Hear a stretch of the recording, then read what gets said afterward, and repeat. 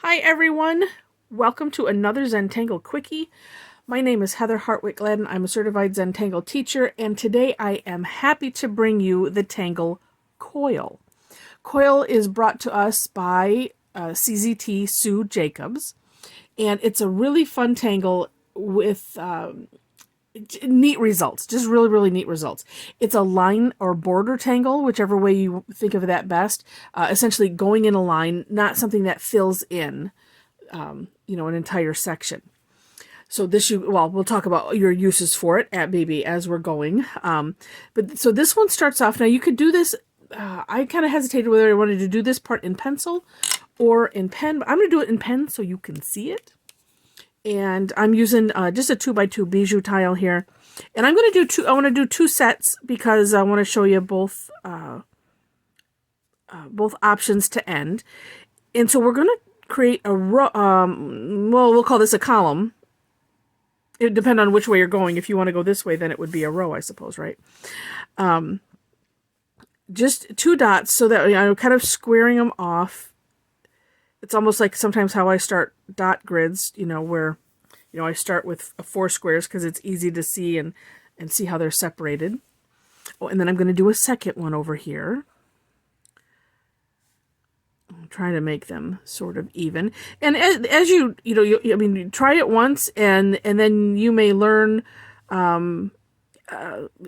decide that you might want to try some different spacing to play with it, things like that.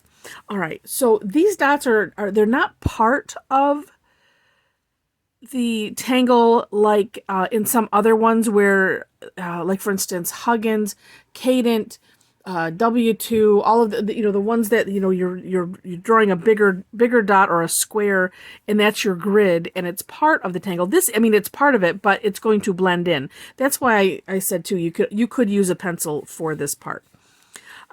So what we're going to do is we're going to do S's. And mine's going to be maybe a sideways. Let me try it this way. I'm just going to try it. So I'm putting it on the side maybe because sometimes I have trouble doing an S this way. I'm going to try it this way. Oh, I kind of like that. All right. So whatever works for you, we're sloping. Oh, and let me describe that. So we have our column of dots. And we're going from the left, but we're sliding down, so we're not going straight across. We're sliding down to the next row of dots to the right, if that makes sense. I think you could probably see it better than I can explain it. So again, just S's. It's almost, see, if you look at it this way, it looks like a slide.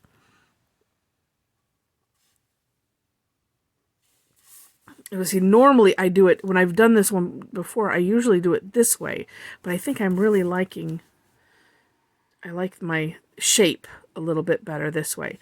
This is one of the interesting things about Zentangle is just kind of becoming aware, and then I'm also going to flip my tile around because this is going to be just a partial, but I want to have that.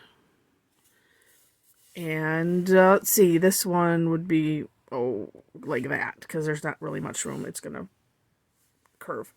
But it's interesting to find out how our brains work, how does our hand work, how do they work in coordination, so that way we come out with great results. All right, so taking a look at this, and for ease sake, look at them as columns for now. And we're going to connect some dots. So on the left side, vertically, so I'm connecting this dot from this S just down one and then stopping. And then here too is where you can decide, I find it easier to go. So I've connected these two, and now I have these, these two little streamers, and now I'm going to kind of make it a banner because I'm going to connect the other two ends. So we have this, it looks like a banner. So we're going to call it a banner. And then we're skipping, and then we're skipping this, making a space here, and then connecting these next two, and then skipping a space, and then connecting these next. Well, it's sort of connecting. It's connecting out in the sphere of outside of the tangle land, outside of the tile land. And then I'm going to do this on the next one. So you could do it this way, where you could draw a line, skip, draw a line, skip, draw a line. I kind of always worry, and then, then we're alternating on the other side. I thought about that. I'm like, no, I'm not going to try that because I know for sure that I would end up putting the line in the wrong place. All right. So the next step is, and I'm going to start here. So I'm starting here because this is a full one and you can see it. So we're going to just draw a little curved line from the top. Yeah, from the top of the banner. We'll call it that, right? So from this top over just, a little bit past this curve here. Not too far in, and maybe we call that a quarter of the way in or something, but you see this curve, and then we're creating this curve here. And then going down, same thing. And this one, it goes off into the stratosphere. Now, well, let me give you two options here as well. We're going to do the same stroke. You can do it upside down. So, like this, or if it helps, flip your tile and then, or your paper, and then we're just doing the same stroke, but on, the empty side here. Oops, and I went over. Okay. So sometimes just having that consistent stroke helps, especially, not artists like me. I have found that helpful to do sometimes. And then when you get, as you go, then, you might not want or need to do that. But it's a technique. And so I'm going to do this on this second one here. So that way it's done and we're not like starting from scratch. Okay. Next step. This is the either or. So one way to finish it is we can, put an orb in here. And we would do that, and it's kind of like an orb that goes behind. Although, you know what, you could do just, an orb all by itself, where it's touching. But I rule-oriented person that I am. I like to follow what step outs, what she has originally here in the step outs. So I'm just going a little bit of a ways in from here, and I'm, it's almost like a halabow. So I'm drawing an orb, but, some of it is behind either side of this. Okay? I'm just realizing now that line was there. All right. You'll forgive me on that one. All right. But I had to do that just because it was bothering me. All right. So that is one way. And then the other way, and I'm going to put this to the side because I find it easier to do, is kind of like we're doing halabow, but we're going to have this big gap. So we're going to draw a line and sort of, find the middle and go, to one side or the other to start your first line. And traveling across and then putting it down. For those that don't know what halabow is, it's the art of drawing behind.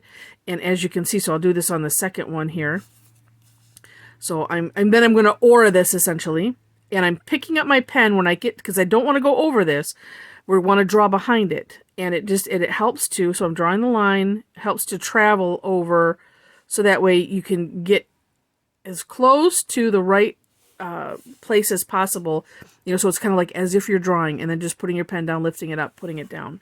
And that just helps. So those are the two ways in the step outs that are, that she talks about doing, for what you could put on the inside. And so what's neat is, as you see, we've created this coil. So this curved line creates the other side. So that, what I was calling the banner is the front side of the coil, and this other thing is the back side of the coil. Now, shading ideas. I know on her step out, she did some things you could. And I think I'll do this over on this one. She used, it's not, I forget what just the straight line is called. But you could, kind of going along with your curve, just draw some lines.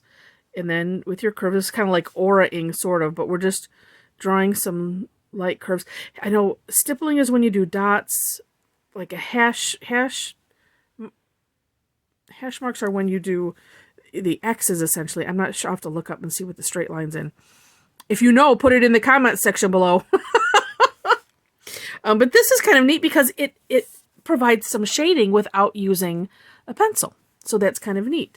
And then something I do, so with an orb, you can depending on how you want to do it, you can put a little, I call it a swoosh, but a little comma in it. It just makes it. I don't know. It emphasizes that that's round. I don't know. It's not really a shine, but it's, it adds to it. So that's one way. Then you could, well, and even with this, so like on this one, well, actually, let me just debate. I'm going to do this. So we'll go on this next one. And I'm going to put, so we'll use just graphite on the second one here. And I think I'm going to end up, and I'm using, by the way, this is a woodless graphite pencil. Because I know when I use it, people ask.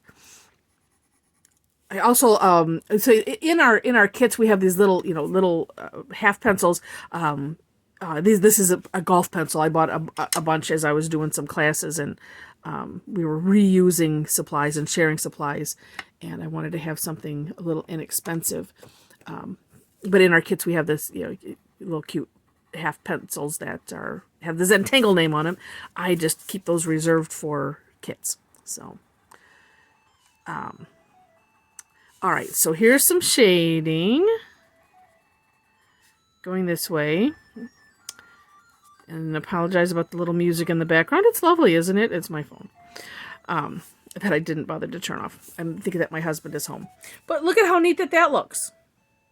You could also, if you wanted to, I'm debating, you could do something maybe darker in the background if you wanted to. And even like on this one, you could add some graphite. Actually, you could like just color it in solid if you wanted to. Kind of outside of that. And, oops, I forgot to put some graphite there, but I have some left over. So there is Coil, and, and the shading and everything is up to you. There's all kinds of different ways that you can have fun with the shading, and I encourage you to explore that. So there's Coil. Thanks so much for joining. Happy tangling.